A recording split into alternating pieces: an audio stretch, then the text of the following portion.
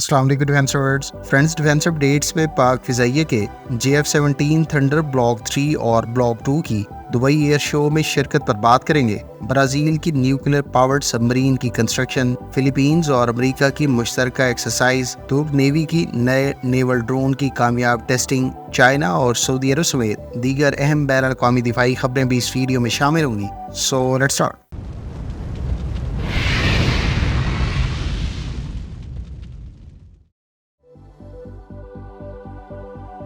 فلسطین کی صورتحال پر بات کریں تو اس وقت اسرائیل پوری طرح بدمعاشی پر اتر آیا ہے اور گزشتہ 75 سالوں میں اس نے سب سے زیادہ بمباری اس مرتبہ غزہ پر کی ہے۔ اسرائیل نے جہاں تمام بین الاقوامی قوانین کی دھجیاں اڑا کر رکھ دی ہیں، وہیں تمام مسلم ممالک نہ صرف خاموش تماشائی بنے ہوئے ہیں بلکہ ان ممالک کی نام نہاد فوجی قوتیں بھی صرف شو پیس بن کر رہ گئی ہیں۔ دوسری جانب بین الاقوامی کمیونٹی بھی اس معاملے پر خاموش دکھائی دیتی ہے اور ایک لحاظ سے اسرائیل کو فری ہینڈ دیے ہوئے ہے۔ ہم اس دکھ کی گھڑی میں فلسطینیوں کے لیے دعا گو ہیں کہ اللہ ان کی غیبی مدد فرمائے۔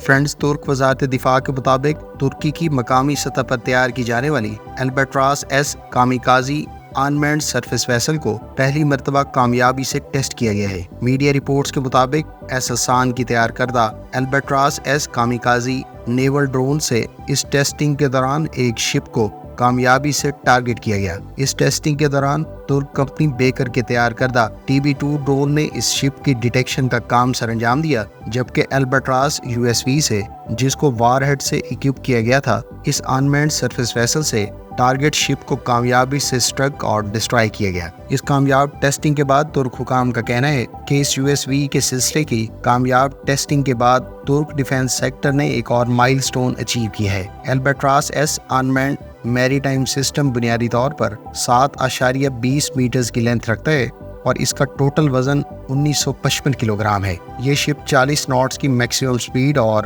10 گھنٹے کی انڈیورنس رکھتی ہے۔ اس USV پر ڈیزل انجن کا استعمال کیا جا رہا ہے، جبکہ اس کی پے لوڈ کیپیسٹی 250 کلو گرام بتائی گئی ہے۔ خیال رہے کہ دیگر ترک کمپنیاں بھی کئی طرح کی انمینڈ سرفیس ویسلز تیار کر رہی ہیں، جس پر کچھ کامیکازی رول اور کچھ سرویلنس، ریکانیسنس اور اٹیک مشنز میں استعمال میں لائی جا سکتی ہیں۔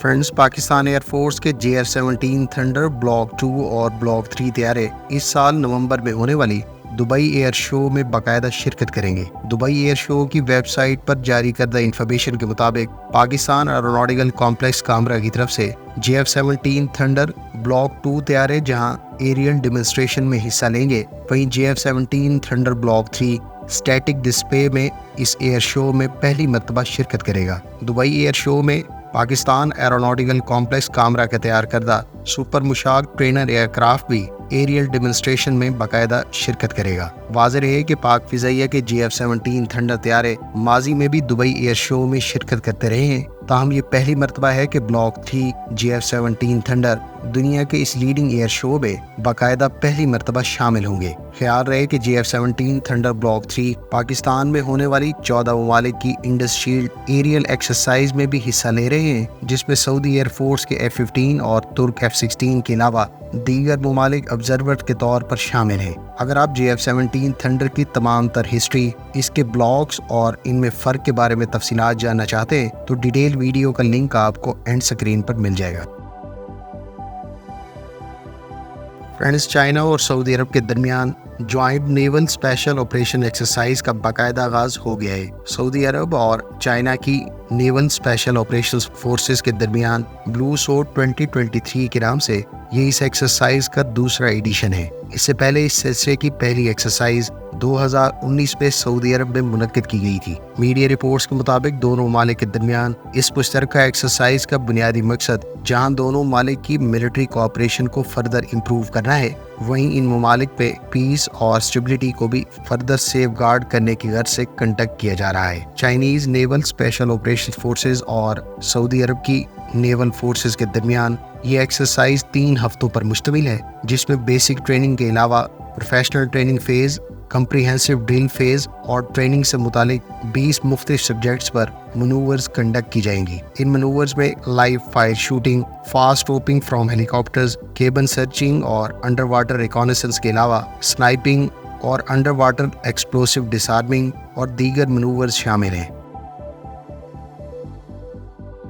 فرینڈز، یونان کے بارے میں اطلاعات ہیں کہ اس نے امریکی کمپنی سیکورسکی سے 49 UH-60 بلیک ہاک ہیلی کاپٹرز آرڈر کیے ہیں۔ یونان کی جانب سے لاکہیڈ مارٹن کی سبسڈری سیکورسکی کے تیار کردہ بلیک ہاک یوٹیلیٹی ہیلی کاپٹرز کا انتخاب امریکی کمپنی بیل کے UH-1 ہیلی کاپٹرز کی جگہ کیا گیا ہے۔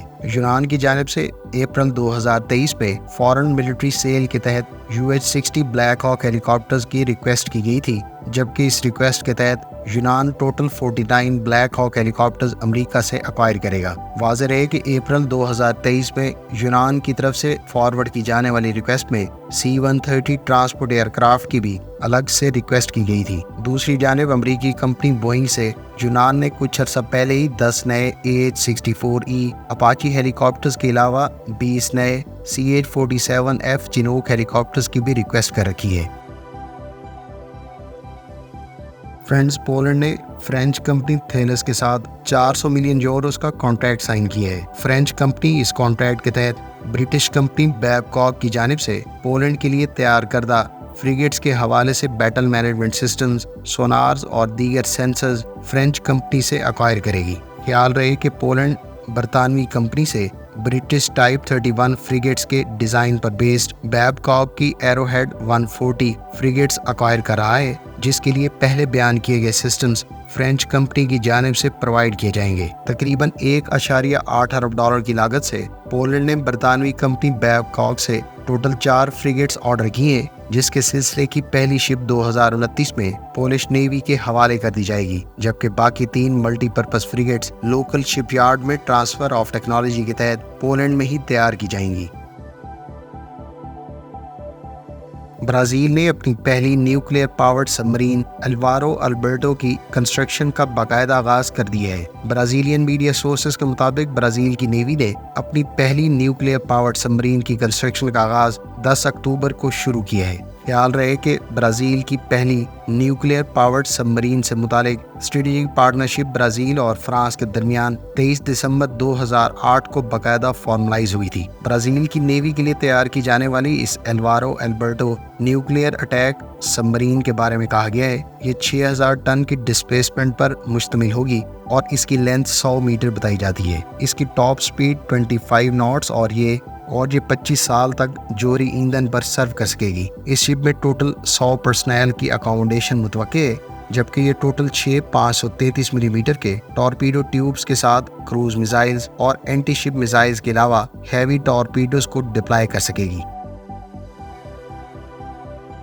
فرینڈز، فلیپینز اور US نیوی نے اینٹی سب مرین وارفیئر اور اینٹی سرفیس وارفیئر کے تناظر میں نیول ایکسرسائز کنڈکٹ کی ہے۔ میڈیا رپورٹس کے مطابق دونوں نیویز کے درمیان اس اینٹی سب مرین اور اینٹی سرفیس وارفیئر تناظر میں کنڈکٹ کی جانے والی نیول ایکسرسائز میں دونوں ممالک کی نیویز کے درمیان تعلقات کو مزید تقویت ملے گی۔ یہ ایکسرسائز 3 روز پر مشتمل تھی، جس میں US نیوی کی جانب سے جہاں P-8 میری ٹائم پیٹرول ایئر کرافٹ نے حصہ لیا، وہیں فلیپینز کی نیوی کی جانب سے king air C-90 aircraft اس ایکسرسائز میں شامل ہوئے۔ اس ایکسرسائز میں دونوں ممالک کی نیول شپس بھی شریک ہوئی۔